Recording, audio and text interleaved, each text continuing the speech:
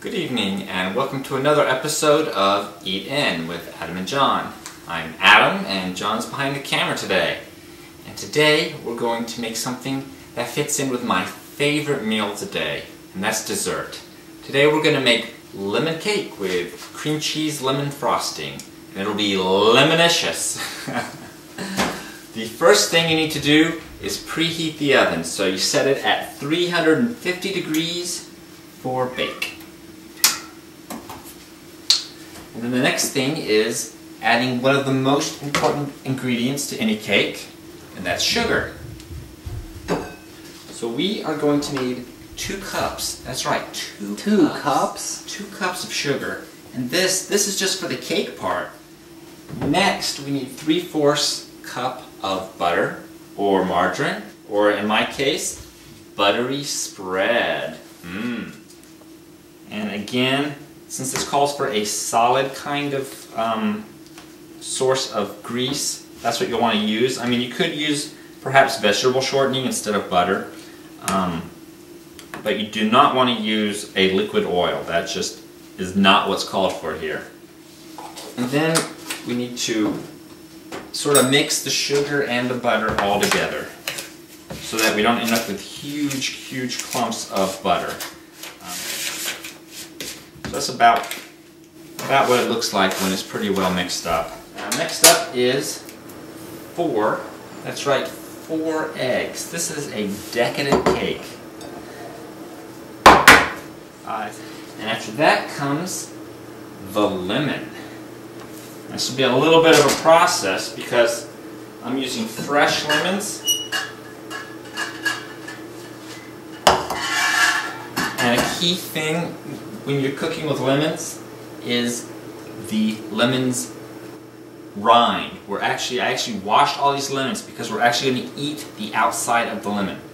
So to do that, I'm going to grate the outside of the lemon, and I'm going to need a teaspoon. And it should go pretty quick. And in this case, I'm using the really fine side of the grate, not the big ones that I normally use for like cheese.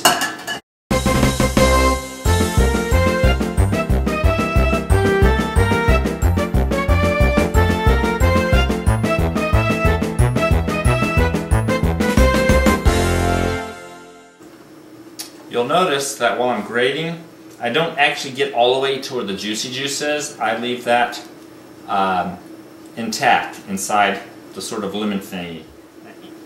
It's about a teaspoon's worth of lemon rind. And the lemon rind, you really need it in there because it's very aromatic, so it's going to make the cake smell very lemony. And it also adds a lot to the flavor of the lemon because a lot of what's in the juice is going to get evaporated out during the cooking process. So we also need, how much? 3 tablespoons of actual lemon juice. Tablespoons. Lemons. Here's the hard part. And, smells good. You get a little bit of vanilla. That's 1 teaspoon of vanilla. We can just reuse the same device. So I'm going to put in a total of 3 cups of flour. Again, I like to spoon out the flour rather than compressing it in the measuring cup. That way it stays kind of light and airy. But it actually says in the recipe to put the dry ingredients in a separate bowl and mix them all up and then put them in with this stuff. But it seems like a waste of a bowl, so I'm just going to leave the flour sort of sitting on top, and then I'm going to put the rest of the dry ingredients on top of it. Now I'll even make a little divot, a little hole for the other dry ingredients to fit in. So again, 1 tablespoon of ground ginger.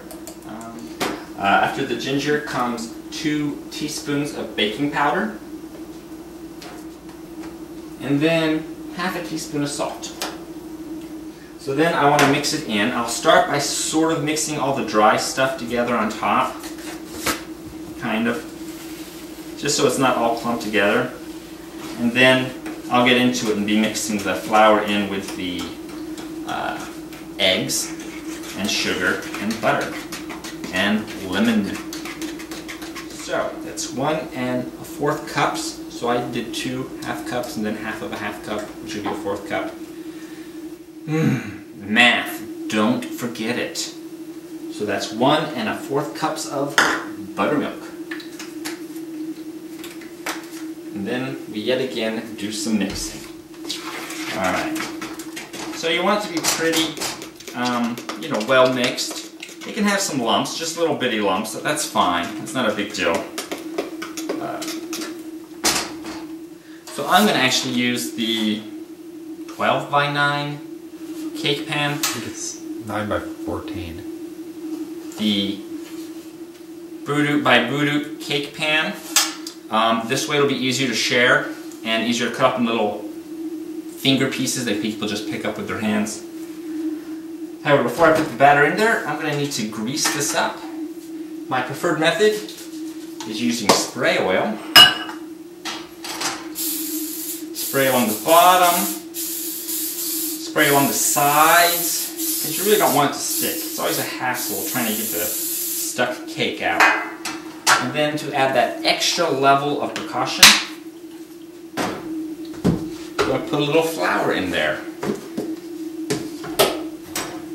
Don't need a lot of flour, it's just enough to sort of coat the bottom and sides.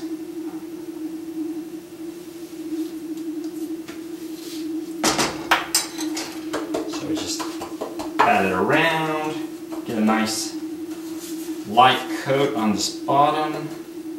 Along the, I forgot what this is called. Spatula. Spatula. I used to never use these, but then I was given one as a gift, and I'm like, wow, these really work in getting the cake batter out of it. Just hardly any left on the sides. And since we're not allowed to eat raw cake batter anymore because of the eggs, it's good to get as much of it out as possible. So then we slip this into the oven.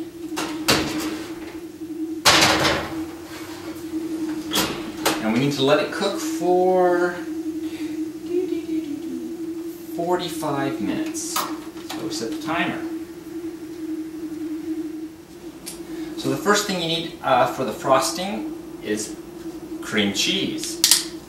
In this case, exactly 12 ounces of cream cheese.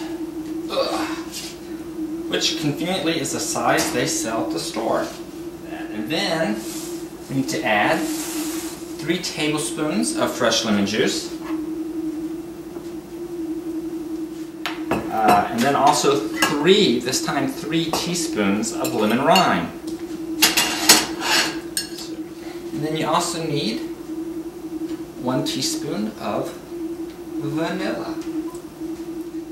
And then from this weird lumpy conglomeration of cream cheese and citrus, you just need to start cutting it in all together. Just start mixing it in. So next is the powdered sugar. And we're going to do 4 cups of powdered sugar. I mean, oh my goodness, you might as well just inject the glucose into your vein. And then actually it's probably easiest to start mixing it in as you're pouring it in. So just remember, that's 1 cup. 1 cup of powdered sugar that I'm now mixing into my yummy lemony cream cheese. Alright. This is looking tasty. A little lumpy, but lumpy's good. This is the good stuff, you know? This is the stuff made with love. The cake is cooked for 45 minutes, and I took it out, stabbed it with a toothpick, and this toothpick came out clean, which meant the cake was done. And since then, I've let it cool so I can, actually handle the cake. So you get your handy-dandy frosting, and you just start putting it right on the cake. Pretty straightforward there. So, I hope you've enjoyed this episode of Eat In, and I look forward to seeing you again next time.